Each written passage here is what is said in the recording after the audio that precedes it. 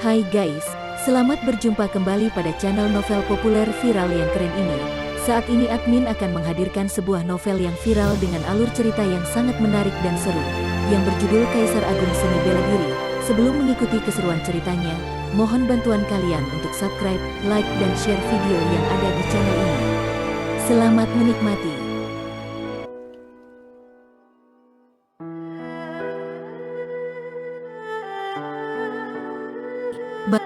Kaisar Agung Seni Bela Diri, Bab 44. Setelah menahan gelombang pertama serangan indera spiritual, kekuatan indera spiritual yang bahkan lebih ganas menyerbu Xiu. Xiu bertahan di dalam formasi. Dia mengguncang tubuh dan menggertakkan giginya untuk bertahan. Boom, sebuah pedang tampak ditusukkan ke dalam jiwa Xiu. Pikirannya terguncang seketika itu dan tatapannya menjadi gelap, kemudian dia jatuh pingsan. Bas, formasi tiba-tiba berhenti. Satu persatu orang tampak melompat keluar, lalu membawa Xiu dan kandidat lainnya yang pingsan untuk keluar dari formasi bersama mereka. 15 menit kemudian, satu persatu kandidat perlahan bangun. Kebanyakan dari mereka masih tampak ketakutan dan menunjukkan wajah yang pucat. Kondisi mental Xiu juga terlihat buruk. Rasa sakit yang tajam ketika dia mengalami gangguan mental merupakan sesuatu yang tidak ingin dia rasakan lagi selamanya.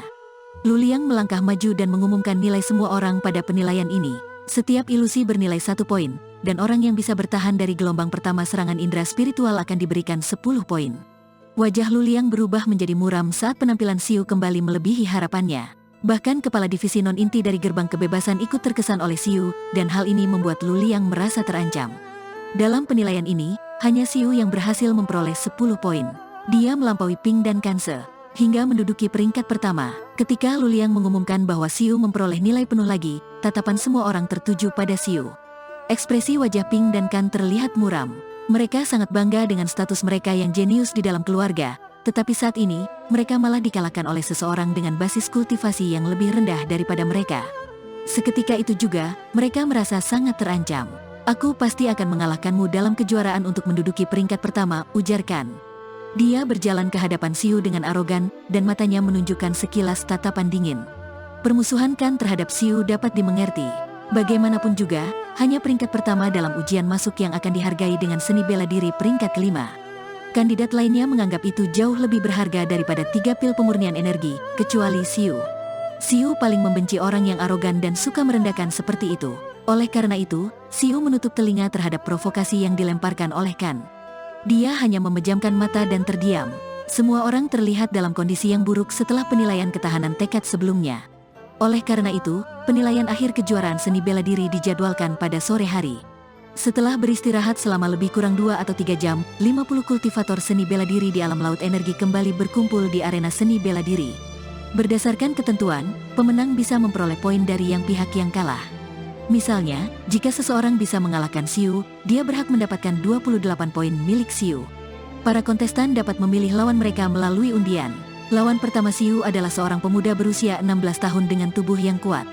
Kulit berwarna perunggunya tampak berkilauan dengan kilau logam, dan basis kultivasinya berada di puncak level kedua tingkatan lautan energi. Namanya Zeng Kun. Haha, aku sangat beruntung bisa menantangmu. Kun berjalan ke arena pertarungan sambil tersenyum percaya diri. Dia juga berada di level kedua tingkatan lautan energi, karena itu dia sangat yakin dapat mengalahkan Xiu. Hal lain yang membuatnya senang adalah jika dia berhasil mengalahkan Xiu, dia akan memperoleh 28 poin dari Xiu, yang merupakan poin tertinggi. Dia adalah Kun dari keluarga Zeng di kota Kastil. Haha, ku dengar bahwa keluarga Zeng mempraktikkan teknik pemurnian tubuh peringkat keempat yang dikenal sebagai teknik kepala tembaga dan tulang besi. Mereka pernah mengalahkan seorang kultivator yang berada di level ketika tingkatan lautan energi. Teknik tersebut dapat digunakan untuk menghadapi kultivator di level yang lebih tinggi. Xiu tampil dengan sangat baik di 3 penilaian pertama, tetapi Kun terpilih sebagai lawannya kali ini, dan berusia 2 tahun lebih tua darinya. Mungkin dia akan kalah di babak ini. Sejumlah penonton di luar arena menantikan pertarungan ini dan memusatkan perhatian mereka terhadap pertarungan di antara keduanya. Sebagian besar orang percaya bahwa Xiu memiliki peluang menang yang lebih besar karena penampilan sebelumnya, yaitu teknik kultivasi yang murni dan seni bela diri peringkat keempat tingkatan kesempurnaan. Namun, hal itu masih tergantung pada pertarungan yang sebenarnya. Beberapa orang sangat berbakat, tetapi memiliki kemampuan bertarung yang sangat buruk. Tangan Vajra, Kun melangkah maju ke arah Xiu. Momentumnya sekuat harimau ganas, dan cahaya keemasan di antara jari-jarinya tampak melingkar. Dia menunjukkan seni bela diri peringkat ketiga, tetapi kekuatannya sebanding dengan seni bela diri peringkat keempat di tingkatan kelengkapan. Kun telah meningkatkan kekuatan tangan Vajra peringkat ketiganya ke tingkatan kelengkapan, dan dia berhasil memperoleh nilai 9 pada penilaian kedua.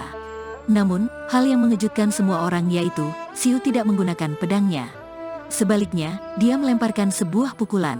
Seni bela diri peringkat kedua, tinju macan naga agung. Semua orang tercengang. Mereka tidak paham kenapa Siu memilih seni bela diri peringkat kedua daripada ilmu pedang peringkat keempat tingkatan kesempurnaan. Kenapa orang ini bisa begitu sombong? Ekspresi sebagian besar penonton berubah. Mereka menganggap Siu terlalu bodoh karena melakukan hal yang tidak bijak semacam itu. Di arena pertarungan, seringai muncul di sudut mulut Kun. Dia merasa bahwa dirinya memiliki sedikit peluang untuk menang. Bagaimanapun, Siu adalah seorang kultivator yang telah menguasai ilmu pedang peringkat keempat. Akan tetapi, Siu memilih untuk menggunakan seni bela diri peringkat kedua untuk bertarung melawannya. Siu, kamu pasti akan kalah. Kun tertawa terbahak-bahak dan melepaskan kekuatan penuh dari tangan Vajra miliknya. Sebelum bisa menyerang Siu, pipi kiri Kun telah dipukul keras oleh gerakan harimau ganas milik Siu. Ekspresi wajah Kun pun membeku seketika. Bruk, Kun merasa wajahnya seolah-olah telah dipukul oleh sebuah palu, dan membuat tubuhnya yang kuat melayang keluar, serta gigi berdarah terbang keluar dari mulutnya. Tidak hanya itu, pukulan Siu mengandung energi vital yang murni dan kuat. Kun terjatuh ke tanah dan pandangannya berubah menjadi kabur. Dia berusaha untuk berdiri beberapa kali tetapi selalu gagal. Para penonton terdiam. Suasana begitu hening sehingga jarum yang terjatuh pun dapat terdengar. Mereka tercengang menyaksikan adegan tersebut. Hanya dengan satu gerakan, bagaimana Siu bisa mengalahkan Kun hanya dengan satu gerakan? Teknik kepala tembaga dan tulang besi yang dikerahkan oleh Kun memiliki pertahanan yang sangat tinggi. Tidak bisakah dia menahan pukulan dari Siu? Itu bukan karena Kun terlalu lemah, melainkan karena Siu terlalu kuat. Energi vitalnya murni dan kuat, sedangkan teknik kepala tembaga dan tulang besi Kun tidak berdaya ketika menghadapinya. Serangan Siu terlalu cepat. Dia meluncurkan serangan hanya setelah diserang dan menggunakan satu gerakan saja untuk mengalahkan Kun. Ekspresi para penonton membeku dan berubah menjadi aneh ketika mereka memikirkan hal ini. Secara umum, Siu pasti sangat ahli dalam ilmu pedang karena telah berhasil meningkatkan kemampuan ilmu pedang peringkat keempat ke tingkatan kesempurnaan. Seberapa kuat dan cepat ilmu pedangnya, jika kemampuan tinju peringkat keduanya saja sudah sehebat ini? Jika dia menggunakan pedang, takutnya dia bisa membunuh Kun hanya dengan satu serangan. Pantas saja dia tidak menggunakan pedangnya. Itu karena dia tidak ingin menyakiti orang lain. Fei Chen yang arogan, tidak bisa menahan diri untuk memberikan penilaian baru terhadap Siu. Meng Yao, kamu memiliki selera yang bagus terhadap pria, ucap Fei Chen tiba-tiba, sambil melirik putrinya yang duduk di sampingnya. Meng Yao kaget dan berkata, "Ayah, kamu adalah putriku. Bagaimana mungkin aku tidak bisa membaca pikiranmu?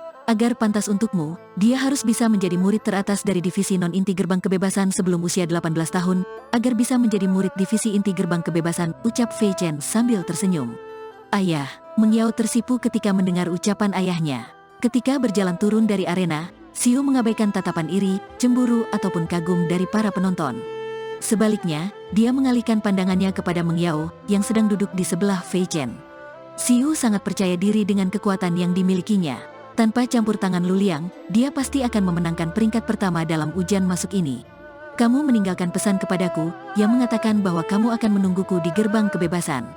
Sekarang aku di sini, pikir Siu. Meng Yao juga melihat tatapan Siu.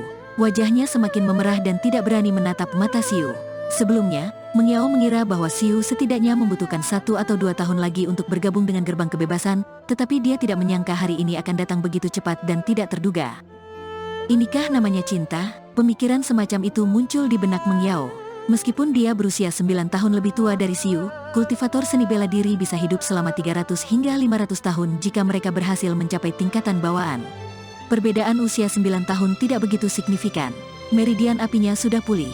Meng Yao yakin bahwa dirinya bisa mencapai tingkatan bawaan atau bahkan tingkatan pemurnian ilahi. Siu lebih berbakat daripada dirinya. Mereka akan memiliki peluang besar untuk bersama jika ayahnya menyetujui hubungan mereka. Ketika Meng Yao memikirkan hal ini, kompetisi di dalam arena masih terus berlangsung.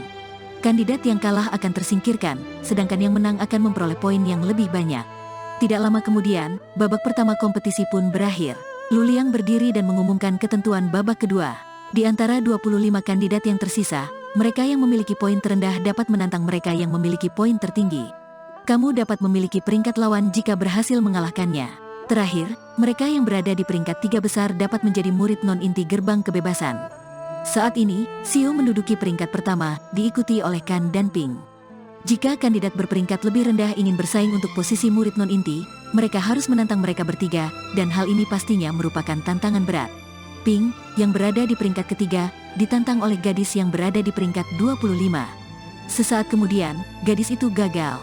Kemudian, satu persatu, kandidat peringkat 24, 23, 22, naik ke panggung untuk menantang Ping atau Kan. Namun, hasilnya tetap sama.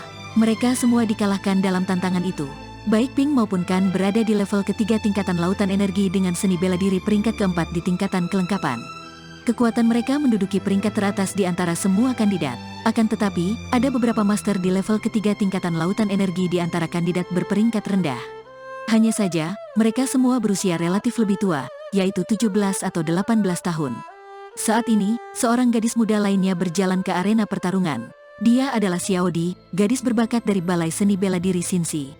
Poin keseluruhan yang dimiliki membuatnya berada di peringkat ke-13. Sambil memegang tombak panjang di tangannya, Xiaodi yang berpakaian merah, tampak gagah berani dan heroik, serta menarik perhatian semua orang yang hadir. Seorang gadis berbakat dengan kekuatan besar dan penampilan yang menakjubkan tampak lebih menarik daripada Xiu. Saat semua orang sedang menebak siapa yang akan ditantang Xiaodi, dia mengangkat tangannya dan menunjuk ke arah Xiu. "Aku ingin menantangmu, apakah dia ingin menantang Xiu?" Penonton menjadi gempar seketika. Para kontestan sebelumnya telah menantang satu sama lain, tetapi tidak satu pun dari mereka yang memilih untuk menantang Xiu. Bagaimanapun, Xiu telah menunjukkan kemampuannya yang sangat kuat selama pertarungannya dengan Kun. Xiu tidak kaget ketika mengetahui bahwa Xiaodi memilih untuk menantangnya, karena setelah kalah darinya di Balai Seni Bela Diri Qingyun, Xiaodi selalu membual bahwa dia ingin mengalahkan Xiu di pertarungan berikutnya. Pertarungannya dengan Xiaodi tidak terhindarkan. Xiu melangkah ke arena pertarungan dan berkata dengan acuh tak acuh, "Tunjukkan kepadaku kemampuanmu." Saat itu, Xiu mengalahkan Xiaodi tanpa menggunakan pedang dan mengandalkan basis kultivasi yang kuat dari teknik kultivasi yang murni. Kini, dia telah membuat kemajuan besar dalam meningkatkan kekuatannya, sehingga Xiaodi bukanlah tandingannya. Namun, Xiu tidak akan mengucapkan kata-kata seperti itu karena itu akan menjadi sebuah penghinaan bagi Xiaodi. Gumpalan, awan biru, Xiaodi tiba-tiba melompat, pakaian merahnya berkibar di udara dan tombak panjangnya mengedipkan cahaya biru. Ketika dia menikam Xiu dengan tombak, adegan tersebut tampak seperti cahaya biru yang menembus udara sambil bersiul. Xiaodi berlatih keahlian tombak peringkat keempat dari Balai Seni Bela Diri Xinxi dan telah mencapai tingkatan kelengkapan. Kecuali kemampuan kultivasinya yang lebih rendah daripada kemampuan kultivasi Ping dan Kan, dia mampu mengimbangi mereka dalam aspek lainnya. Xiu bergerak ke samping dan menghilang dalam sekejap, dan mengakibatkan serangan tombak tajam Xiaodi meleset. Dia sangat cepat, Xiaodi berpikir ada sesuatu yang salah. Dia telah berlatih keras sejak kalah dari Xiu dan yakin bahwa kekuatannya telah meningkat pesat. Namun, dia tidak menyangka bahwa keterampilan gerakan Xiu akan menjadi semakin cepat dari sebelumnya. Keterampilan gerakan peringkat keempat, tingkatan kesempurnaan, seru penonton lagi. Mereka semua terkesan oleh Xiu, yang telah menguasai dua seni bela diri peringkat keempat tingkatan kesempurnaan. Gerakan harimau ganas, Xiu muncul di sisi kanan Xiaodi dan mengerahkan sebuah tinju ke arahnya.